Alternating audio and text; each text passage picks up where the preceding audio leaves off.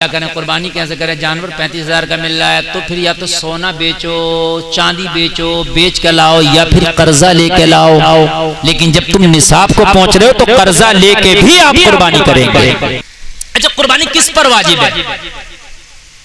तो जो मालिक निसाब है उस पर कुर्बानी वाजिब है, यानी 7.5 तोला सोना या 52.5 तोला चांदी या उनकी बराबर रकम या कोई माल तिजारत अगर रखता है तो इसके ऊपर कुर्बानी वाजिब है। समझ में बात आ रही है कि नहीं आ रही? अब 7.5 तोला सोना तो नहीं है, किसी के पास 2 तोला सोना है, 5 तोला चांदी है, तो अब क्या करे? बात है कि नहीं है? ज्यादातर तो ऐसे ही है कि भाई 2-4 तोले सोना है और फिर चांदी है कुछ, न 7.5 तोला सोना है और न 52.5 तोला चांदी है, तो अब क्या करें? तो अगर सोना 7.5 तोला से कम है और चांदी भी 7.5 तोला से कम है तो दोनों को मिलाओ और दोनों को मिला के देखो इसकी कीमत कितनी हो गई। इसकी कीमत अगर इतनी हो गई कि जिससे 52.5 तोला चांदी खरीदी जा सके तब भी कुर्बानी वाजिब हो गई। समझना है कि दोनों मिलाकर के अगर 52.5 तोला चांदी को पहुंच रहा है तो इस हिसाब से बहुत कम लोग बचेंगे कुर्बानी करने से, ज्यादातर लोगों पर कुर्बानी हो जाएगी। कोई औरत अगर अपना माल उसका जेवर है, उस पर उसका कब्जा है और वो खुद उसकी मालकिन है और वही कह रही है मेरा, मैं किसी को नहीं दूंगी ये, और है वाकई में उसी का वो, तो फिर वो अपनी कुर्बानी उस माल पर अलग से करे। बात समझ आ रही है कि नहीं आ रही? क्योंकि वो माल हो गया ना और वो माल की अलग सा मालिक है। 10 तोला सोना है किसी पे, अच्छा हमारे पास सोना तो है, चांदी भी है, लेकिन पैसा नहीं है,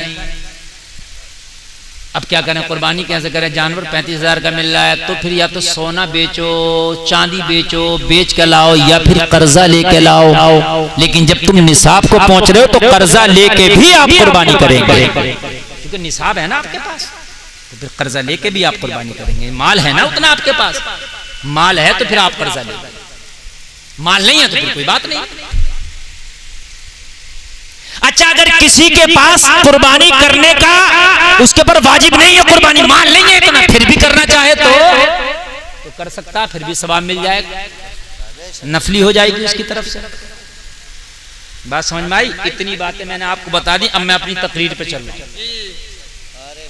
हाँ, क्योंकि तकरीर मुझे भाई करना है, 2 बज गया, 1 घंटा 10 मिनट मेरी तकरीर हो गई और 10 से 15 मिनट और कर दूं, इजाजत है? जोर से बोलो सुभान अल्लाह, और जोर से बोलो सुभान अल्लाह। ये चंद मसले थे जो बता दिए मैंने। मैं शुरू हुआ था कि इस्लाम कुर्बानी मांगता है नहीं है?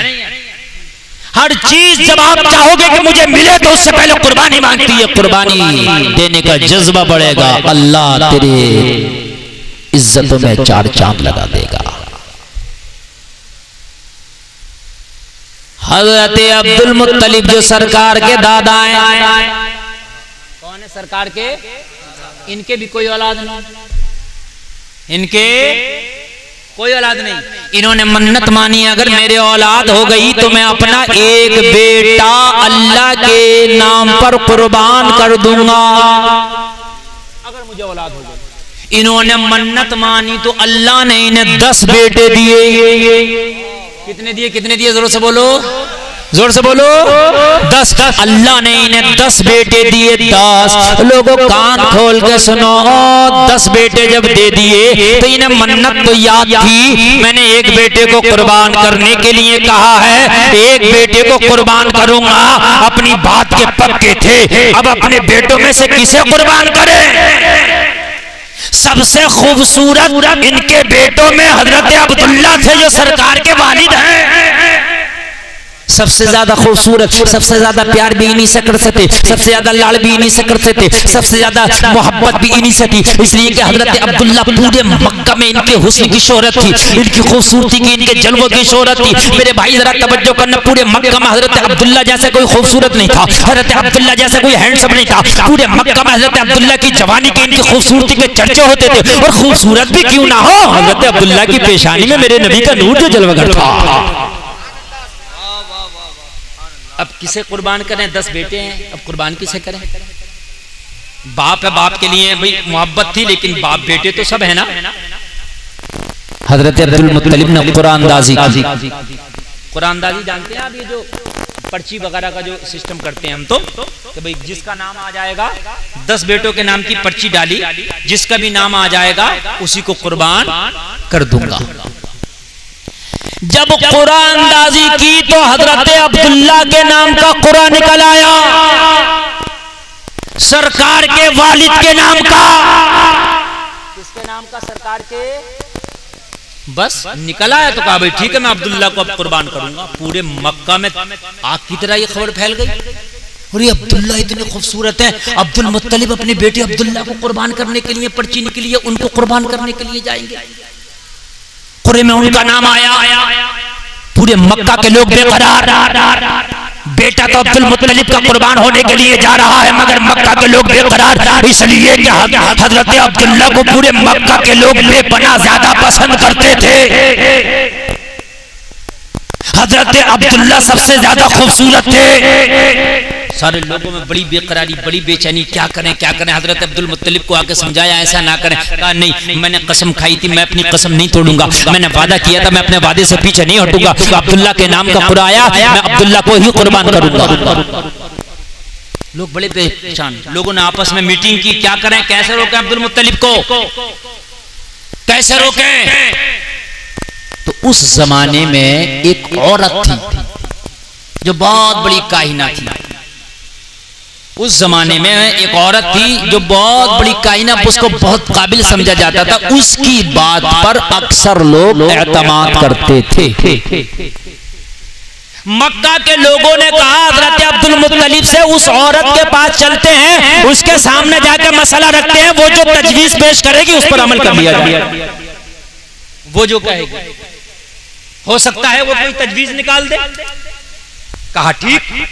हजरत अब्दुल मुत्तलिब मक्का के लोगों के हमराह उस काहिना औरत के पास गए, जो बताती थी, हल निकालती थी, किसी भी मसले का बहुत काबिल थी। उसके पास जाकर मसला रखा कि हमारे कोई औलाद नहीं थी, हमने ये मन्नत मान ली, अगर कोई हमारे औलाद हो गई तो हम एक बेटा अल्लाह की राह में कुर्बान करेंगे। अब अल्लाह ने हमें 10 बेटे दिए हैं, हमने जब कुरान निकाला तो अब्दुल्ला के नाम का निकल आया, मगर अब्दुल्ला सबको प्यारा है, सबका चहीता, सबका आंखों की तारा है। अब सब ये चाहते हैं कि अब्दुल्ला कुर्बान ना हो, लेकिन मैंने तो कसम खाई थी, अब्दुल्ला के नाम का कुरान आया तो मुझे अब्दुल्ला को ही कुर्बान करना है। ये बताइए कोई इसका हल है? काहिना बोली हाँ है, मैं इसका हल निकालूंगा। और हल उसने ऐसे निकाला, सबके समझ में भी आया। उसने कहा एक तरफ 10 ऊंट रखो। कितने ऊंट? और ऊंट उस वक्त एक भी बड़े अमीर आदमी पे होता था, बड़े अमीर आदमी। ऊंट एक तरफ 10 ऊंट रखो और एक तरफ अब्दुल्ला, यानी दोबारा पूरा करो, एक तरफ अब्दुल्ला और एक तरफ 10, यानी एक तरफ लिख दो 10 ऊंट और एक तरफ अब्दुल्ला। ठीक है। फिर देखो किसका नाम आता है, फिर देखो किसका नाम आता है। हजरत अब्दुल मुत्तलिब के 100 ऊंट, हजरत अब्दुल मुत्तलिब 100 ऊंटों में से 10 ऊंट निकाले, और 10 ऊंट निकालने के बाद में एक जगह 10 ऊंट, एक जगह अब्दुल्ला लिख दिया, और लिखने के बाद में दोनों को डाल दिया। डालने के बाद में जब कुरान अंदाजी किया गया तो फिर अब्दुल्ला का नाम, किसका नाम? अब क्या करें? कहा एक काम करो 10 ऊंट और बढ़ा दो, एक तरफ 20 ऊंट और एक तरफ अब्दुल्ला। फिर डाला गया, फिर कुरान अंदाजी की गई, जब निकाला गया फिर अब्दुल्ला। हाय हाय हाय, कहा अब क्या करें? कहा 10 ऊंट फिर बढ़ा दो, 30 ऊंट हो गए, फिर डाला गया, फिर कुरानंदाजी की गई, निकाला गया, फिर अब्दुल्ला। जरा गौर करें, जरा गौर करें, फिर अब्दुल्ला। हर बार में 10 ऊंट बढ़ाते जाते, हर बार में 10 ऊंट बढ़ाते जाते, हर बार में 10 ऊंट बढ़ाते जाते, 10वीं मर्तबा का नंबर आ गया। एक तरफ 100 ऊंट, एक तरफ अब्दुल्ला। अब जब कुरानंदाजी की गई तो 10वीं मर्तबा 100 ऊंट निकला। कितना? तो हजरत अब्दुल्ला के बदले हजरत अब्दुल मुत्तलिब ने 100 ऊंट कुर्बान किए। मेरे सरकार की कीमत आपको समझ में आती है? 100 ऊंट कुर्बान किए, हजरत अब्दुल्ला को बचाया। कह दो ना सुभान अल्लाह। अब अब्दुल्ला की शोहरत थी और हजरत आमना बड़ी शरीफ खातून थी। कह दो ना सुभान अल्लाह, और जोर से बोलो सुभान अल्लाह। हजरत आमना बड़ी शरीफ खातून थी, बड़ी शरीफ खातून थी। लोगों, हजरत आमिना के वालिद अपनी बीवी हजरत आमिना की अम्मी से कहने लगे, ओ आमिना की अम्मी, आमिना बड़ी शरीफ बच्ची है, इसका जवाब नहीं है, मुझे एक लड़का पसंद आता है आमिना के लिए। कहा कौन है? कहा अब्दुल मुत्तलिब का बेटा अब्दुल्ला है, वो मुझे इसकी शायाने शान नजर आता है। सुभान अल्लाह, सुभान अल्लाह। इधर आमना की शराफत लाजवाब है, उधर अब्दुल्ला की शराफत लाजवाब है। यार बोलो ना सुभान अल्लाह, सुभान अल्लाह, सुभान अल्लाह, और जोर से बोलो सुभान अल्लाह। इधर अब्दुल्ला की शराफत लाजवाब है, उधर हजरत आमिना की शराफत लाजवाब है। अगर आप कहो तो रिश्ता लेके पहुंचे लोगों, हजरत आमिना की माँ को भी हजरत अब्दुल्ला पसंद थे। हाँ, अब्दुल्ला की मैंने भी शोहरत सुनी है, अब्दुल्ला का मैंने भी नाम सुना है। अब्दुल मुत्तलिब का बेटा अब्दुल्ला लाजवाब है। अगर हमारी बेटी का कोई शौहर होना चाहिए तो अब्दुल्ला होना चाहिए, अब्दुल्ला होना चाहिए। बात हो गई, और बात होने के बाद में हजरत अब्दुल्ला की शादी हजरत आमिना से हो गई। कह दो ना सुभान अल्लाह, और जोर से बोलो सुभान अल्लाह। हजरत अब्दुल्ला की शादी हजरत आमिना से हो गई। और लोगों, बस अब 1 मिनट और तकरीर खत्म मैं कर रहा हूँ। हजरत आमिना से शादी हो गई। हजरत आमिना से जैसी शादी हुई, हजरत आमिना का बयान है, ये अमानत जैसे ही हजरत अब्दुल्ला की पेशानी से मुंतकिल होकर मेरे शिकम मुबारक में आई। कौन? मेरे नबी के नूर की अमानत जब हजरत आमिना के शिकम में आई तो लोगों, हजरत आमिना का घर रातों रात जगमगाने लगा। लोगों जरा गौर करो, हजरत आमिना के पड़ोस की औरतें आई, आके कहने लगी, आमिना क्या बात, तुम्हारे घर में तेल ज्यादा है क्या? पूरी पूरी रात चराग जलाती हो, तुम्हारे घर में पूरी पूरी रात चराग बुझता नहीं। हजरत आमिना ने कहा, जब से मैं उम्मीद से हुई हूँ मैंने तो अपने घर में चराग जलाया ही नहीं है। ये जो मेरे पेट में अमानत आई है, ये इसकी बरकत है कि मेरे घर को अल्लाह ने नूर से मामूर कर दिया।